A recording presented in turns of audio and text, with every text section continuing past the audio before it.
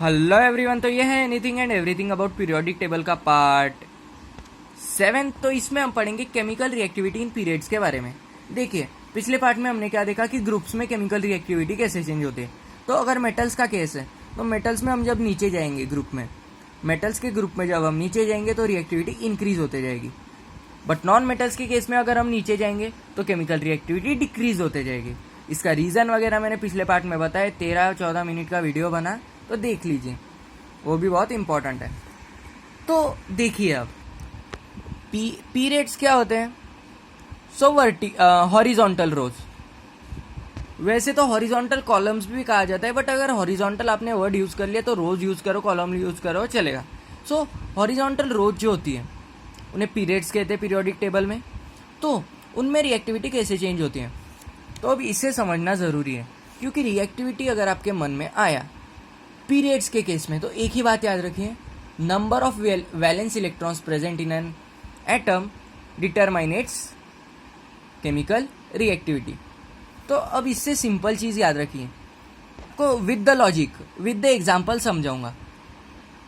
Second group में देखिए, lithium, beryllium, boron, carbon, nitrogen, oxygen, fluorine, neon. Neon को ध्यान में ना रखें, नियॉन छोड़िए, तो फ्लोरीन तक। तो याद रखिए, इनमें जो है first reactivity will decrease and then increase. अब आप बोलोगे ऐसा क्यों भाई? तो देखिए, सिंपल हमने देखा था कि लिथियम मतलब जो मेटल्स होते हैं, what do, they lose electron. तो सिंपल एग्जांपल जैसे मैंने पहले भी बताया था, अगर आपको एक पेज होमवर्क करना है और इसको 2 पेज होमवर्क करना है तो जल्दी किसका होगा? तो एक पेज वाले का, राइट। तो इसके पास एक वैलेंस इलेक्ट्रॉन है, इसके पास 2 वैलेंस इलेक्ट्रॉन्स है, तो जल्दी कौन लूज करेगा? तो एक वैलेंस इलेक्ट्रॉन वाला। मीन्स अगर वो वैलेंस इलेक्ट्रॉन लूज कर रहे हैं मतलब वो बॉन्ड फॉर्म कर रहे हैं, राइट, इलेक्ट्रोवैलेंट बॉन्ड। तो इससे क्या हो रहा है, इलेक्ट्रोवैलेंट बॉन्ड जल्दी फॉर्म होगा और इससे क्या होगा? तो ये ज़्यादा रिएक्टिव साबित होगा। बेरिलियम के पास 2 वैलेंस इलेक्ट्रॉन है, तो जब भी ये बॉन्ड फॉर्म करेगा इसे 2 वैलेंस इलेक्ट्रॉन को लूज करना पड़ेगा। बट एक जल्दी होगा कि 2 जल्दी होगा? तो एक जल्दी होगा ना। एक पेज होमवर्क करना आसान है कि 2 पेज, तो एक पेज। उसी तरह जल्दी किसका होगा? तो लिथियम का रिएक्शन होगा। Means chemical reactivity of lithium will be more than beryllium. Boron, boron की वैलेंसी क्या है? तो 3। इसका इलेक्ट्रॉनिक कॉन्फ़िगरेशन क्या आएगा? तो 2 और 3, मतलब 2 फिर 3। तो ये क्या करेगा? तो 3 इलेक्ट्रॉन्स लूज कर देगा। मीन्स जनरली ऐसा हम कह सकते हैं, बट ये मेटलॉइड है, ये बात याद रखिए, वो छोड़िए। उसके बाद तो एक पेज होमवर्क, 2 पेज होमवर्क, तो यहाँ पे तो 3 पेज होमवर्क करना पड़ रहा है, राइट। तो 3 पेज होमवर्क मतलब 3 वैलेंस इलेक्ट्रॉन्स, या फिर हम कह सकते हैं इसकी वैलेंसी 3। उसके बाद कार्बन, कार्बन की वैलेंसी होती है 4। कौन सी वैलेंसी? तो को वैलेंसी, ये बात याद रखिए। सो कार्बन की जो केमिकल रिएक्टिविटी होती है वो बोरॉन से कम होती है। Means chemical reactivity decreases while moving from left to right but increases when non metals arrive. कैसे? तो अब इसे समझिए, पीरियड्स के केस की बात हो रही है। सो कार्बन की वैलेंसी है 4, नाइट्रोजन के वैलेंस इलेक्ट्रॉन होते हैं 5, क्योंकि इलेक्ट्रॉनिक कन्फिग्रेशन क्या आएगा? तो 2 and 5, तो 3 इलेक्ट्रॉन ये गेन कर सकता है। तो 4 पेज होमवर्क करना कि 3 पेज होमवर्क करना? क्योंकि वैलेंस इलेक्ट्रॉन ध्यान में ना रखें, वैलेंसी को ध्यान में रखिए। तो 4 पेज होमवर्क करना है या 3 पेज होमवर्क करना? तो 3 पेज होमवर्क करना जल्दी होगा।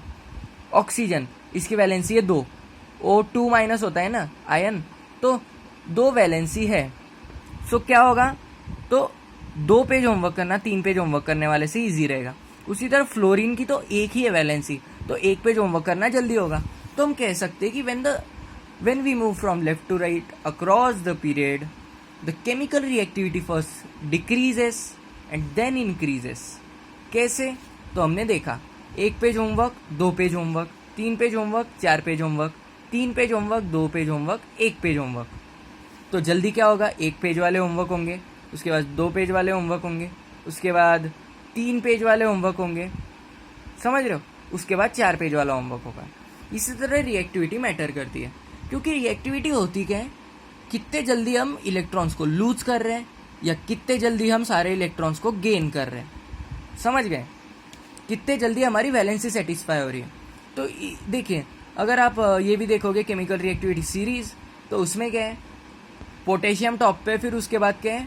सोडियम, फिर कैल्शियम, फिर मैग्नीशियम। तो सोडियम के नीचे ही है ना मैग्नीशियम, तो ये केस सेटिस्फाई हो रहा है कि जो फर्स्ट ग्रुप में रहेगा वो मेटल ज़्यादा रिएक्टिव रहेगा सेकेंड ग्रुप के मेटल से, या सेकेंड पीरियड सेकेंड ग्रुप के मेटल से। ये बात याद रखिए, जैसे कि हमने देखा था। सो याद रखिए, when we move from left to right, पहले तो कम होती है रिएक्टिविटी, फिर बढ़ती है। इसका रीज़न क्योंकि पहले वैलेंसी जो होती है वो बढ़ती है, फिर कम होने लगती है। इतना सिंपल आप लॉजिक याद रखिए। So what can we conclude, फिर से एक बार कर देता हूँ, बहुत बार बार रिपीट हो रहा है फिर भी करना पड़ रहा है ताकि कभी डाउट ना है। तो सोडियम, फिर अब एग्जाम्पल से ही समझ लेते हैं। सोडियम की जो हम केमिकल रिएक्टिविटी कहेंगे वो मैग्नीशियम से ज़्यादा रहेगी, मैग्नीशियम की एल्यूमिनियम से ज़्यादा रहेगी, एल्यूमिनियम की सिलिकॉन से ज़्यादा रहेगी, सिलिकॉन से फॉस्फोरस की ज़्यादा रहेगी। फॉस्फोरस की वैलेंसी 3 है, सिलिकॉन की 4 है, इसलिए फॉस्फोरस की वैलेंसी सिलिकॉन से ज़्यादा, मीन्स केमिकल रिएक्टिविटी सिलिकॉन से ज़्यादा। सल्फर की रिएक्टिविटी फॉस्फोरस से ज़्यादा, और क्लोरीन की रिएक्टिविटी सल्फर से ज़्यादा, क्योंकि वैलेंसी 1 है तो इजीली 1 इलेक्ट्रॉन गेन कर लेगा। सल्फर की 2 है तो 2 इलेक्ट्रॉन इससे तो ज़्यादा ही जल्दी गेन करेगा फॉस्फोरस से। तो ऐसे आप याद रखें। सो यही था chemical reactivity across the periods. तो I hope you love the video. Keep watching, keep liking, keep subscribing. Thank you.